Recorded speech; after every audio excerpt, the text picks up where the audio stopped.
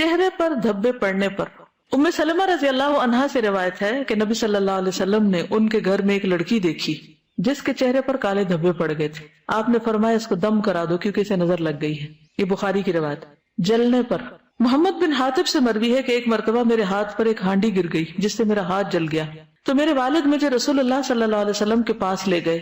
آپ اس پر لعاب پھونکتے جاتے, یعنی اس طرح کر کے لعاب کے ساتھ پھٹکارتے جاتے اور فرما رہے تھے اذهب البأس رب الناس واشفه انك انت الشافی. اب آپ دیکھ رہے تھوڑے تھوڑے الفاظ کا بھی فرق ہے, تو یہ سارے الفاظ بھی پڑھ سکتے ہیں اور اس میں سے کوئی ایک بھی پڑھ سکتے ہیں کہ اے لوگوں کے رب اس تکلیف کو دور فرما, تو اسے شفا عطا فرما کیونکہ شفا دینے والا تو ہی ہے. قرآن مجید کی کسی بھی آیت کو پڑھ کے دم کیا جا سکتا ہے, جیسے قرآن مجید میں آتا ہے وَنُنَزِّلُ مِنَ الْقُرْآنِ مَا هُوَ شِفَاءٌ وَرَحْمَةٌ لِّلْمُؤْمِنِينَ, کہ ہم قرآن میں سے وہ چیز اتارتے ہیں جو مومنوں کے لیے شفا اور رحمت ہے. دم کرنے کی شرائط. نمبر 1, اللہ کا کلام ہو یا اللہ کا نام ہو یا صفات ہو, ان کے ذریعے دم کیا جائے.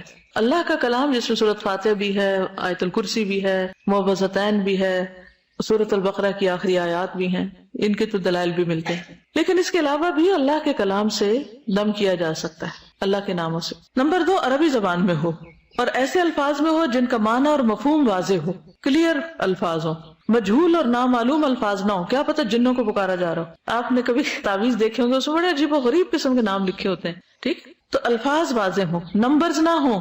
ابو بکر بن محمد کہتے ہیں کہ خالدہ بنت انس رضی اللہ عنہا نبی صلی اللہ علیہ وسلم کی خدمت میں حاضر ہوئی اور آپ پر دم پیش کی. آپ نے ان کی اجازت دے دی, یعنی وہ الفاظ ایسے نہیں تھے کہ جو ناپسندیدہ. چہرے کی صفائی پہ بات کریں گے ہم, کیونکہ چہرے کے بارے میں ہم سب سے زیادہ فکر مند ہوتے ہیں, چہرے پر ہم سب سے زیادہ توجہ کرتے ہیں. ٹھیک, چہرے کے بارے میں قرآن مجید میں آتا ہے وجوہ یومئذ مسفرہ ضاحکۃ مستبشرہ, قیامت کے دن کچھ چہرے روشن ہوں گے, ہنستے مسکراتے ہوں گے, خوش ہوں گے, اور کچھ چہرے سیاہ ہوں گے, غمزدہ ہوں گے, پریشان ہوں گے.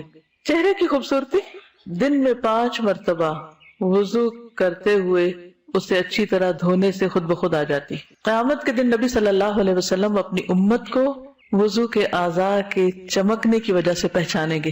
جو شخص یہ چاہتا ہے کہ اس کے چہرے کی چمک بڑھ جائے وہ کیا کرے, اچھے طریقے سے وضو کرے, خوشی سے وضو کرے, وضو کا اہتمام کرے, وضو کو اپنے لیے بوجھ نہ سمجھے.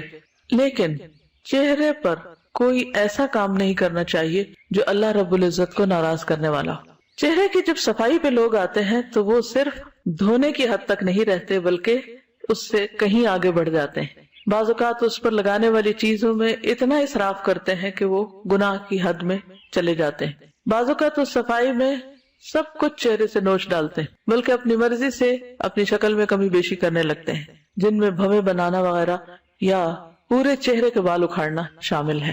اس سے منع کیا گیا ہے. ہر ایج کی اپنی ایک خوبصورتی ہوتی ہے. جو بچپن میں بچوں کے چہرے پہ خوبصورتی ہے اس کا اپنا ہی ایک حسن ہے یا اپنا ہی ایک انداز ہے. پھر بچے جب گرو کر رہے ہوتے ہیں, دانت ٹوٹے ہوئے ہوتے ہیں تو دیکھنے میں وہ نہیں ٹھیک لگتا مگر اس کے بھی ایک حسن ہے.